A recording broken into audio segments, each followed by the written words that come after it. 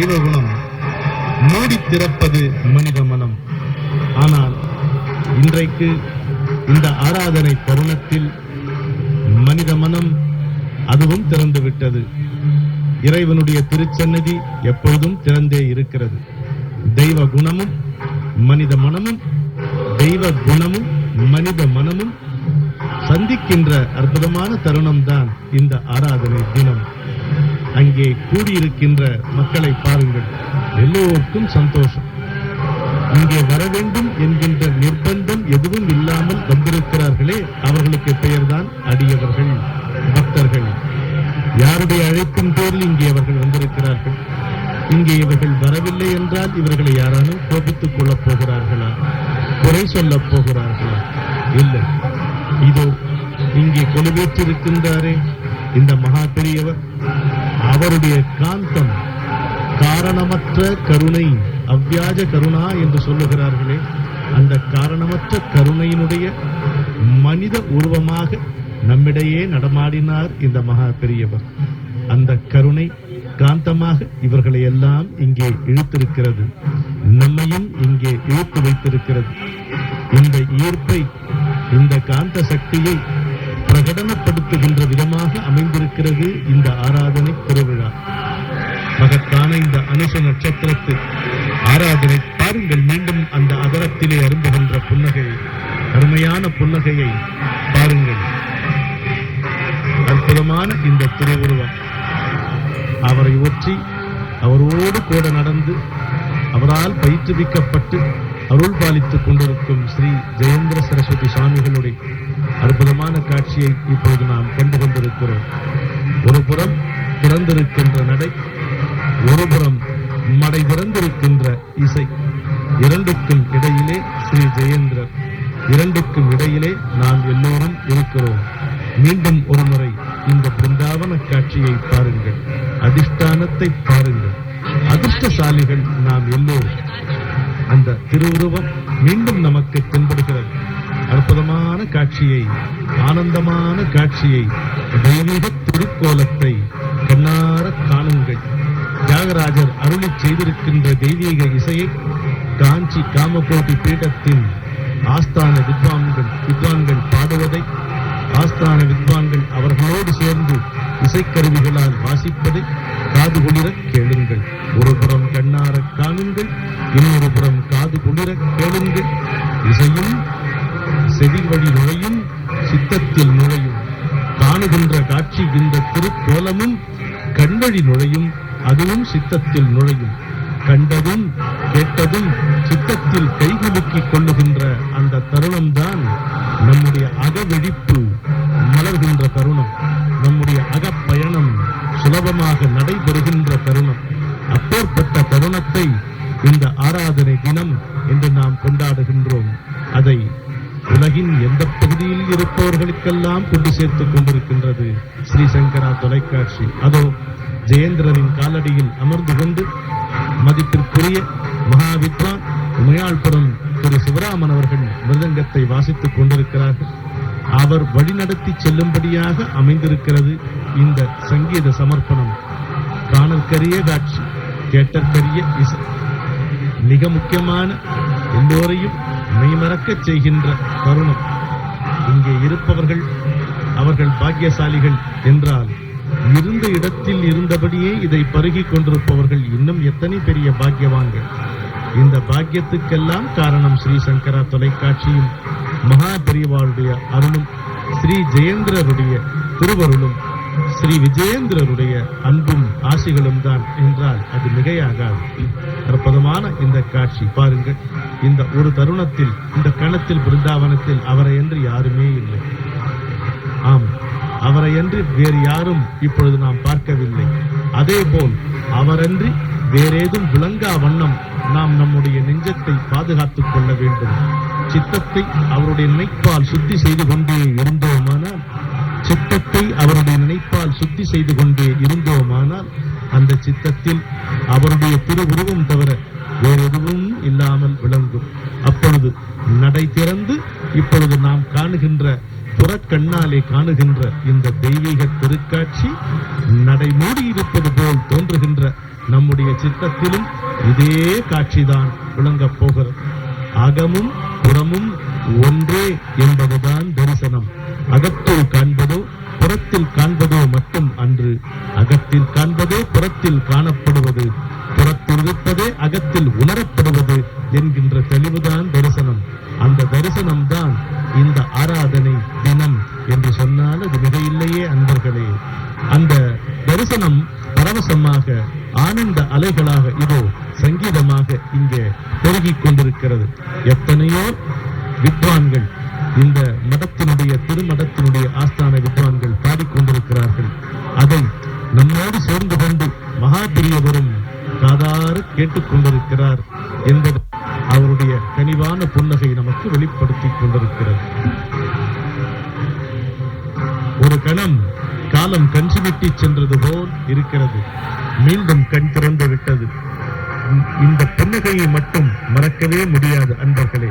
பாருங்கள் எப்படியெல்லாம் நமக்கு அவர் அருள் செய்து கொண்டிருக்கிறார். 87 ஆண்டுகள் பீடாதிபதியாக இருந்து இந்த நாட்டினுடைய 8 திசைகளிலும் மூலை முடுக்குகளில் எல்லாம் தன்னுடைய காலால் நடந்து லட்சக்கணக்கான கோடிக்கணக்கான மக்களை தானே தனிப்பட்ட முறையில் சந்தித்து அனுக்கிரகம் செய்தவர் இன்றைக்கு இந்த நடைக்குள்ளே இப்பொழுதும் நடுநாயகமாக அவர் வீற்றிருந்து அருள் பாலித்துக் கொண்டிருக்கிறார் என்பதை நினைக்கும் பொழுது நமக்கு இதை சொல்வதற்கு கூட தமிழிலேயே வார்த்தை இல்லை என்றால் என்ன சொல்வது? அப்படிப்பட்ட அற்புதமான திருக்கோலத்தை, ஒரு அற்புதமான விழாவை, மிக அற்புதமான தருணத்தில் அதோ ஒரு அம்மையார் மூலையில் இருந்து கொண்டு மறைந்திருந்து கொண்டு இந்த மகோன்னதத்தை பார்த்து கொண்டிருக்கிறார். எங்கே இருந்தாலும் அவருடைய காட்சி நமக்கு கிடைக்கும் என்பதற்கு சான்றாக இருக்கிறது. அந்த அம்மையார் தூணுக்கு அருகில் நின்று கொண்டு கூப்பிய கையோடு சற்றே பனித்த வழிகளோடு பரமாச்சாரியரை தரிசித்துக் கொண்டிருப்பது. பஞ்சரத்ன கிருதிகள் தொடர்ந்து நடந்து கொண்டிருக்கின்றன. உமையாள்புரம் சிவராமன் அவர்களுடைய முத்தாய்ப்புக்கு ஏற்ப இன்னொரு கிருதி இங்கே முடிந்து விட்டது. மேலும் கிருதிகள், இசை மழை தொடர்ந்து கொண்டுதான் இருக்கிறது. இசை என்பது வெள்ளம், இசை என்பது மழை, இசை என்பது அமுத கிரணம், இசை என்பது நிலவின் குளிர் பொழிவு, இசை என்பது இறைவனின் மொழி. அதை கேட்டுக் கொண்டிருக்கிறார் இறைவனே எதிரே வீற்றிருந்தபடி என்று சொன்னால் அது மிக இல்லையே அன்பர்களே. எத்தனை மலர்களை அவருடைய திருமேனி இன்று சுமந்து கொண்டிருக்கிறது. அவை மலர்கள் அல்ல, நம் போன்ற மனிதர்களுடைய மனங்கள். ஆம், நம்முடைய ஆசை, அபிப்பிராயம், அறிவு, வேட்கை, அறியாமை, ஏக்கம், பக்தி, சிரத்தை இவையே பலவிதமான வடிவங்களாகவும் நிறங்களாகவும் வாசங்களாகவும் மலர்களாக வெளிப்பட்டிருக்கின்றன. அந்த கரங்கள் எல்லாம் சேர்ந்து அந்த மனங்களாகி, அந்த மனங்கள் தான் மலர்களாகி அவருடைய திருமேனியை இன்றைக்கு அலங்காரம் செய்து கொண்டிருக்கின்றன. எத்தனை மலர்கள்! இதில் மாலைகள் வேறு. மலர்களால் தொடுக்கப்படுவதுதான் மாலை. பல மனித மனங்கள் ஒரே ரீதியில் சிந்தித்தால், ஒரே விதமாக பக்தி சிரத்தையோடு இருந்தால் அவை மாலையாகி அவருடைய திருமேனியை அலங்கரித்து விடுகின்றன என்றுதான் நமக்கு சொல்ல தோன்றுகிறது. ஜெயேந்திரர் நடையை பார்த்தபடி இங்கே உமையாள்புரம் சிவராமனின் நடையையும் ரசித்துக் கொண்டிருக்கின்றார். அருமையான காட்சியை நாம் கண்ணார கண்டு கொண்டிருக்கின்றோம். எல்லோர்க்கும் மனதினிலே விளங்குகின்ற திருவிளக்கே, நல்லோர்க்கும் அல்லோர்க்கும் நம்பிக்கை நாயகனே, கல்லார்க்கும் ஞானக்கனி வழங்கும் மாமுனியே, சொல்லாத சொல்லெடுத்து சூழுகிறேன் திருவடியே. காலடி சங்கரன் காலடி தொட்டு ஞானம் அளந்தது உன் காலடியே. பாடுவோமா அவரை? காலடி சங்கரன் காலடி தொட்டு ஞானம் அளந்தது உன் காலடியே. உன் காலடியே கதி என கை தொழுதேன், காலமெல்லாம் நீ காத்திடவே. அன்பர்களே, என்னோடு சேர்ந்து நீங்களும் இந்த கவிதையை இசைக்கலாம். காலடி சங்கரன் காலடி தொட்டு ஞானம் அளந்ததுன் காலடியே. உன் காலடியே கதி என கை தொழுதேன், காலமெல்லாம் நீ காத்திடவே என்று அவரை கைகூப்பி தொழுது தமிழால் அவரை அர்ச்சிக்கின்றோம். வேத தர்ம ரட்சணம் ஒன்றே தன்னுடைய மிகப்பெரிய கொள்கையாக விளங்கியவர் மகா பெரியவர். அற்புதமான திருக்காட்சியை நாம் இங்கே கண்டு கொண்டிருக்கிறோம்.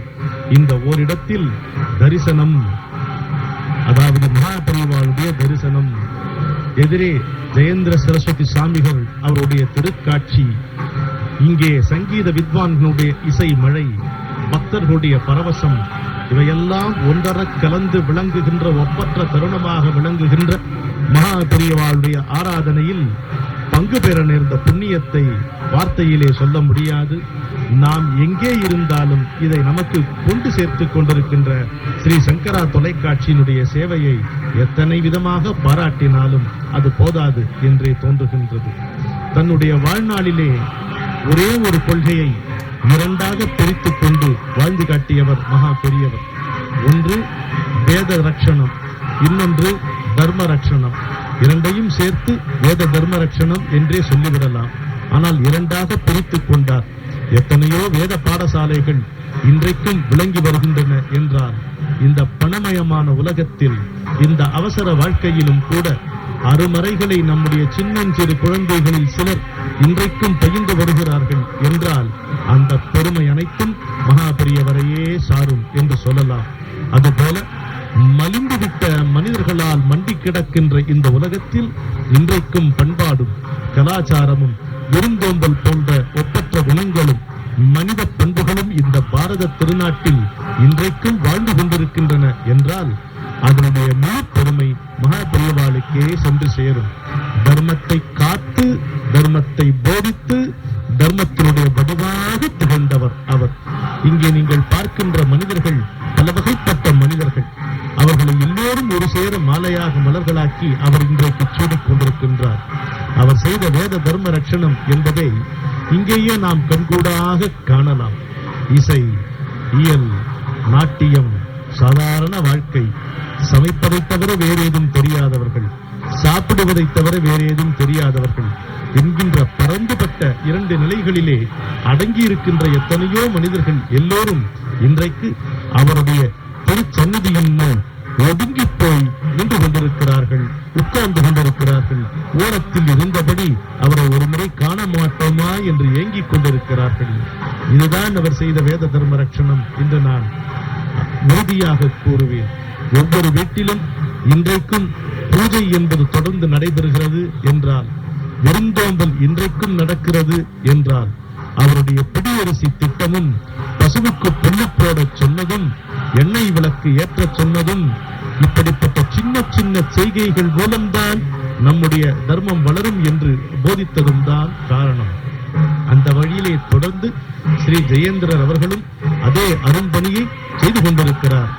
காட்டில் நுழைந்து தவம் கண்மூடி செய்வதால் கடமைகள் தீர்வதில்லை, காலமெல்லாம் கோயில் கட்டி தொழுவதால் காரியம் முடிவதில்லை என்று நாட்டில் நுழைந்து நடந்து 8 மூலையும் நல்லற விதைகள் பெய்தீர், நல்லனை வல்லனாய் கொல்லனை நல்லனாய் நல்லன்பினால் மாற்றினீர், உங்களால் நாளையழும் சோலையின் மூலையோர் மலராக நான் இருப்பேன் தேவனே என்று நம்மை பாட வைத்தவர்கள் மகா சுவாமிகளும், ஸ்ரீ ஜெயேந்திர சரஸ்வதி சுவாமிகளும், ஸ்ரீ விஜயேந்திர சரஸ்வதி சுவாமிகளும், அவர்களுடைய முன்னோர்களும் என்றால் அது போதாது, வார்த்தையில் சொல்ல போதாது. அவர்கள் செய்து வந்திருக்கின்ற பணி எத்தனையோ. அந்த பணிகளுக்கு நாம் என்ன நன்றி கடன் செலுத்த முடியாது. இந்த ஆராதனை தினத்தில், இந்த பொன்னான திருநாளில் அவருடைய திருச்சந்நிதியின் முன் வீற்றிருந்து வித்வான்கள் பாட, அந்த பாடல்கள் எல்லாமே ஆராதனை பாடல்கள் தான். தியாகையர் போன்ற மகான்கள் அருளி செய்திருக்கின்ற பாடல்கள் எல்லாம் ஏதோ பொழுதுபோக்குக்காக எழுதப்பட்டவை அல்ல, நம்முடைய வினைகளை களைவதற்காக இயற்றப்பட்டவை. ரமணமணி சொன்னது போல், அவர்கள் பாடி பெறவில்லை, அவர்கள் பெற்றதை பாடினார்கள். எனவேதான் அவர்களுடைய சங்கீதம் ஜீவனுள்ளதாக இருக்கிறது, இன்று வரைக்கும் தொடர்ந்து கொண்டிருக்கிறது. நம்முடைய இல்லங்களிலும் நம்முடைய இதயங்களிலும் என்றைக்கும் அவை தொடரும். இன்றைக்கு அவை நம்முடைய செவிகளிலே மீண்டும் மீண்டும் நிரம்பி இந்த செய்திக்குத்தான் மறுபடி நிரூபணம் கொடுத்துக் கொண்டிருக்கிறது அல்லவா? அவர்கள் பாடி பெறவில்லை, பெற்றதை பாடினார்கள் என்பதை நாம் மனதில் வாங்கிக் கொண்டால், அவர்கள் பெற்றது மீதும் இந்த பாடல்களின் மூலம் வெளிப்பட்டிருக்கிறது என்றால், அந்த பாடல்களை நாம் பக்தியோடும் சிரத்தையோடும் கவனமாக கேட்டுக்கொண்டிருந்தாலே போதும். மொழி தெரிய வேண்டிய தேவையே இல்லை. அந்த வார்த்தைகளுடைய வரி வரியாக அதனுடைய பொருளை நாம் அறிய வேண்டிய தேவையும் இல்லை. அதுதான் இசையினுடைய மகத்துவம். எந்த மொழியில் பாடப்பட்டாலும் அது என்ன சொல்லுகிறதோ அந்த செய்தி இசையின் மூலம் நுட்பமாக நம்முடைய சித்தத்தில் நுழைந்துவிடும். நாம் செய்ய வேண்டியதெல்லாம் கவனமாக காது கொடுத்து அதை உற்று கேட்பதுதான். கைகூப்பி அவன் முன் நிற்கின்றோம் என்கின்ற உணர்ச்சியிலே அந்த பாடலை நாம் கேட்டாலே போதும். அவை செய்ய வேண்டியவற்றை செவ்வனே செய்து தீரும். பக்தர்கள் எல்லோரும் இங்கே அதைத்தான் செய்து கொண்டிருக்கிறார்கள். வந்திருக்கக்கூடிய பக்தர்களில் சிலருக்கு இந்த பாடல்கள் தெரியும் என்பதால் அவர்கள் பாடுகிறார்கள். ஸ்ரீ ஜெயேந்திரன் அவர்களும் அந்த பாடல்களுடைய சில வரிகளை இந்த சங்கீதக்காரர்களோடு சேர்ந்து அவருடைய இதழ்கள் அதை முணுமுணுத்ததையும் நாம் கண்டோம். இங்கே மீண்டும் திருச்சந்நிதியில் அந்த காட்சியை நாம் காண்கின்றோம். நடமாடும் தெய்வம் எழுந்தருளி இருக்கிறது. அதை நம்ம விட்டு எங்கேயும் செல்லவில்லை. நம்முடைய நட்ட நடு நெஞ்சில் இன்றைக்கும் அதுதான் பாரதி சொல்லுகின்ற சுட்டும் விழிச்சுடராக வீற்றிருக்கிறது. அதை பார்த்தபடி இந்த இசையை கேட்டபடி அவர் பாலித்துக் கொண்டிருக்கிறார் ஸ்ரீ ஜெயேந்திர சரஸ்வதி சுவாமிகள். பாருங்கள் அந்த புன்னகையை, பரவசம் தருகின்ற புன்னகையை. கல்லாது கடவுளின் திருவுருவம். இது காஞ்சி அல்ல, கையிலை என்று சொல்ல தோன்றுகிறது. கையிலைக்கு சென்றால் இது கையிலை அல்ல, காஞ்சி என்று சொல்ல தோன்றுகிறது. அதோ பாருங்கள், வாளை குமல் போல் அந்த சின்னஞ்சிறுமி இந்த கூட்டத்தில் நின்று கொண்டு நமக்கு இன்னும் ரம்மியம் சேர்த்துக் கொண்டிருப்பதை கவனியுங்கள். எத்தனையோ அடியவர்கள் எங்கெங்கிருந்தோ வந்திருக்கிறார்கள். அவர்களை எல்லாம் கட்டி போட்டிருப்பது அந்த கடவுளே மனித வடிவில் வந்ததே அந்த மகா பெரிவாளுடைய கருணைதான் என்று சொன்னால் அதை அந்த பெருமையை எப்படியெல்லாம் சொன்னாலும் வார்த்தைகள் போதவில்லை. மீண்டும் அந்த திருவுருவத்திலே அரும்பி இருக்கின்ற புன்னகையை பாருங்கள். அந்த புன்னகையிலே ஒரு காந்தம், கம்பீரம், கருணை எல்லாம் கலந்திருப்பதை காணுங்கள். தெய்வம் நம்மை பார்த்து புன்னகைக்கிறது. திருநாவுக்கரசர் சிவன் முன்பு நிற்கும் பொழுது அப்பரே நலமா என்று கேட்டது போல் இருந்ததா சிவனுடைய திருக்கோலம். அப்படித்தான் இன்றைக்கும் இருக்கிறது. ஸ்ரீ ஜெயேந்திரன் அவர்கள் வெளியிலே கண்ணும் உள்ளே கவனமுமாய் இருக்கிறார் என்பதை அவரை பார்க்கும் பொழுதே நமக்கு தெரிகிறது. அதோ அந்த திருச்சந்நிதியில் தொண்டர்கள் இங்கும் அங்கும் சென்று கொண்டு வேலைகளை செய்து கொண்டிருக்கிறார்கள். நாம் பார்க்க வேண்டியதெல்லாம் அந்த மலர்களிலே ஒரு மலர் நான் என்கின்ற உணர்வை பெருக்கிக் கொள்வதுதான். ஆம், அந்த மலர்களிலே ஒரு மலர் நான் தான் என்கின்ற அந்த கம்பீரமான உணர்வு நமக்கு வந்துவிட்டால் அவர் கால்களை சென்று சேர்ந்து விட்டோம் என்கின்ற தெளிவும் நமக்கு ஏற்படும். அதற்கு பிறகு பாதை ஏது, பயணம் ஏது, ஞானம் ஏது, யோகம் ஏது, பக்தி ஏது, தர்மம் ஏது? அடைதலே நம்முடைய குறிக்கோளாக இருக்க வேண்டும். இன்று இந்த ஆராதனை திருநாளில் அடைந்து விட்டோம் என்கின்ற உறுதி நமக்கு மனதிலே வாய்க்க வேண்டும். மனதில் உறுதி வேண்டும், வாக்கினிலே இனிமை வேண்டும், நினைவு நல்லது வேண்டும், நெருங்கின பொருள் கைப்பட வேண்டும், கண் திறந்திட வேண்டும், காரியத்தில் உறுதி வேண்டும், பெண் விடுதலை வேண்டும், பெரிய கடவுள் காக்க வேண்டும் என்று பாரதி சொல்லுவானே. அந்த வார்த்தைகள் எல்லாம் இங்கே நிரூபணமாகி கொண்டிருக்கின்றன. இந்த ஆராதனை தினத்திலே இந்த தெய்வீக திருக்காட்சி ஒவ்வொன்றிலும் பாரதியினுடைய இந்த வார்த்தைகள் நிரூபணமாக்கி இருக்கின்றன. கனவு மெய்ப்பட வேண்டும், கைவசமாவது விரைவில் வேண்டும் என்றான் அல்லவா? பெண் விடுதலை வேண்டும் என்றால் பெண்ணுக்கு விடுதலை தருவது சங்கீதம் தானே. அந்த சங்கீதத்தை நாம் கேட்டுக் கொண்டிருக்கிறோம். பெரிய கடவுள் காக்க வேண்டும். மகா பெரியவார் சொல்லுவார், பெரும் ஆள் புருஷோத்தமன், பெரும் ஆள் பெருமான் என்று சொல்லுவார். பெருமான் என்ற சொல் எப்படி வந்ததாம்? பெரும் ஆள், ரொம்ப பெரியவன். புருஷோத்தமன் என்பதுதான் பெரிய ஆள், பெரும் ஆள், அதுதான் பெருமாள் என்று சொல்லுவார். நமக்கு பெரியவாள் அப்படித்தானே, நமக்கு பெரியவாள் தானே பெருமாள். எம்பெருமான் என்றெல்லாம் அவரைத்தானே நாம் ஆராதிக்கிறோம். பாருங்கள், மீண்டும் அந்த தெய்வீக திருக்கோலத்தை பாருங்கள். ஸ்ரீ சங்கரா தொலைக்காட்சி மிக நேர்த்தியாக, மிக சிரத்தையோடும் பக்தியோடும் பணிவோடும் மிக அற்புதமாக இந்த திருக்காட்சிகளை நமக்கு வழங்கி கொண்டிருக்கிறது. பாரத நாட்டில் பல மாநிலங்களில் மட்டுமல்ல, கடல் தாண்டி இருக்கின்ற பல தேசங்களில் வாழ்கின்ற அடியார்கள் மனம் குளிரும்படி அந்த காட்சியை நமக்கு வழங்கி கொண்டிருக்கிறது. ఎందరో మహానుభావులు అందరికీ వందనము. எத்தனையோ மகான்கள் இந்த பூமியிலே, அவர்கள் அனைவருக்கும் என்னுடைய வணக்கங்கள் என்கின்ற தியாகையனுடைய கிருதி இப்பொழுது இசைக்கப்பட்டு கொண்டிருக்கின்றது. இது இந்த காட்சி நடக்கும் பொழுது நான் ஒரு கற்பனை செய்து கொண்டிருக்கிறேன். அதோ அந்த தெய்வீக திருப்புன்னகை இந்த நேரத்தில் அச்சரப்பாக்கத்திலோ, அமெரிக்காவிலோ, கனடாவிலோ, காரைக்குடியிலோ, கர்நாடகத்தின் ஒரு மூலையிலோ, இன்னும் எந்த திசையிலோ இருக்கின்ற இல்லங்களில் இந்த காட்சி இப்பொழுது நிகழ்ந்து கொண்டிருக்கும். இதை எத்தனையோ ஜோடி கண்கள், அடியார்களுடைய கண்கள் பாடிக்கொண்டிருக்கும். பாருங்கள், ஜெயேந்திர சரஸ்வதி அவர்கள் பரவசமாக இந்த பாடலை அவரும் சேர்ந்து பாடிக்கொண்டிருக்கின்றார். எந்தரோ மகானுபாவலு அந்தரிக்கு வந்தனம். தியாகையர் பணிவனுடைய சிகரத்தை தொட்டவர். தன்னுடைய பக்தியால் பணிவினுடைய சிகரத்தை தொட்டவர் தியாகையர். அவருடைய அந்த பாடலை பரவசமாக ஸ்ரீ ஜெயேந்திரர் அவர்களும் பாடிக்கொண்டிருக்க, அதை கேட்டு அதோ மகா பெரியவாள் மீண்டும் ஒரு ஆதரத்தோடும் அங்கீகாரம் தரும்படியாகவும் புன்னகை பூத்துக் கொண்டிருக்கின்ற காட்சியை காணுகின்றோம். யாரும் இல்லை அவரை தவிர அந்த திருச்சந்நிதியில். ஆஹா, ஒருவர் நுழைகிறார். ஒவ்வொருவராக நாம் அங்கே நுழைகிறோம். நம்முடைய மனதால் நுழைகிறோம், மனமாறு நுழைகிறோம், மலராக மாறுகிறோம், அவருடைய மலரடியில் வீழுகின்றோம். அந்தரீக்கி வந்தனமும். இப்படி எத்தனையோ மகான்கள் இந்த ஞான பூமியிலே, இந்த புண்ணிய நாட்டினிலே தோன்றி இருக்கிறார்கள் இல்லையா? எண்ணிலா நன்னிய பெருங்கலைகள் 10,000 கோடி நயந்து நின்ற புண்ணிய நாட்டினிலே என்று பாரத நாட்டை பற்றி பாரதி பாடுவார். அந்த புண்ணிய பெருங்கலைகள் எத்தனையோ கோடிக்கணக்கான கலைகளிலே இசைதான் சிகரம் வகிக்கிறது. All arts tent to music என்று ஆங்கிலத்திலே ஒரு பழமொழி உண்டு. எல்லா கலைகளும் இசையை ஒசிந்தே விளங்குகின்றன, தழைக்கின்றன, நிற்கின்றன என்று தமிழிலே அதை அழகாக சொல்லலாம். All art tend towards music. எல்லா கலைகளும் இசையை ஒசிந்தே இருக்கின்றன, இசையை அன்றியே பிழைக்கின்றன என்று சொல்லலாம். இசை இல்லாத எந்த கலையும் இல்லை. அதனால்தான் என்னுடைய குருநாதர் சொல்லுவார், music is the direct route to God என்பார். Music is the direct route to God. இறைவனை அடைவதற்கான நேரடியான வழி இசை என்று என்னுடைய குருநாதர் எனக்கு சொல்லி இருக்கிறார். இறைவனிடம் இருந்துதான் அந்த இசை பிறக்கிறது என்பது பாரத நாட்டினுடைய நம்பிக்கை. இறைவனில் இருந்து தோன்றுகின்ற இசைதான் ஒரு வாகனமாக விளங்கி அதே இறைவனின் திருவடியில் நம்மை சேர்ப்பிக்கிறது.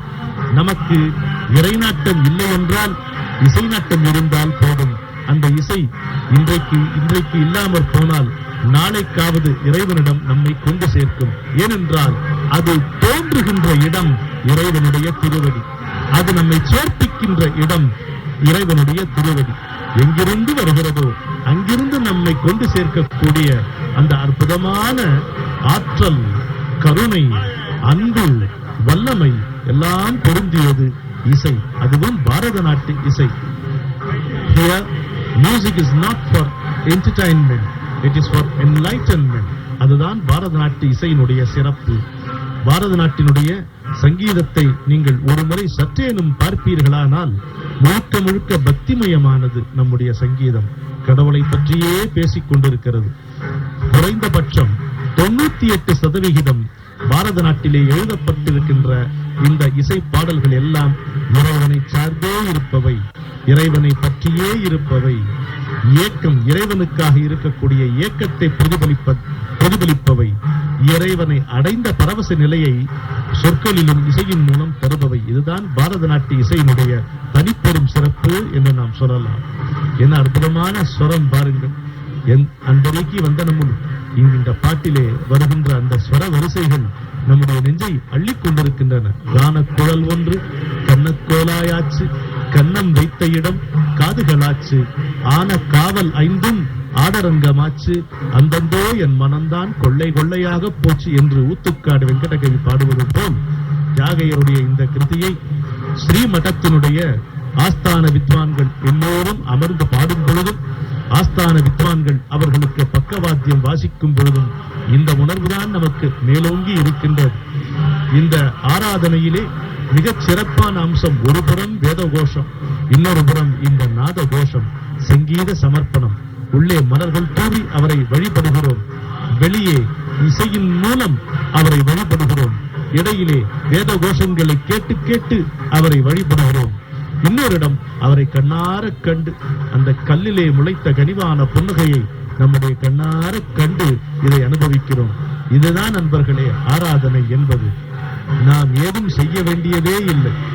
இந்த திருநாளில், இந்த திரு முன்னிலையில், இந்த திருக்கூட்டத்தில் சற்றே நாம் வந்து ஒட்டிக்கொண்டால் போதும், அமர்ந்து கொண்டால் போதும், அல்லது ஓரத்தில் நின்று கொண்டால் போதும், நமக்கு நடக்க வேண்டியது எல்லாம் நடத்தும்.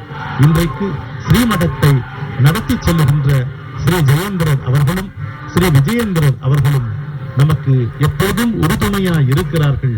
நம்மை இந்த பாதையிலே அவர்கள் செவ்வனை அழைத்துச் செல்வார்கள் என்கின்ற நம்பிக்கையோடு நாம் இந்த ஆராதனையில் ஈடுபடுவோம்.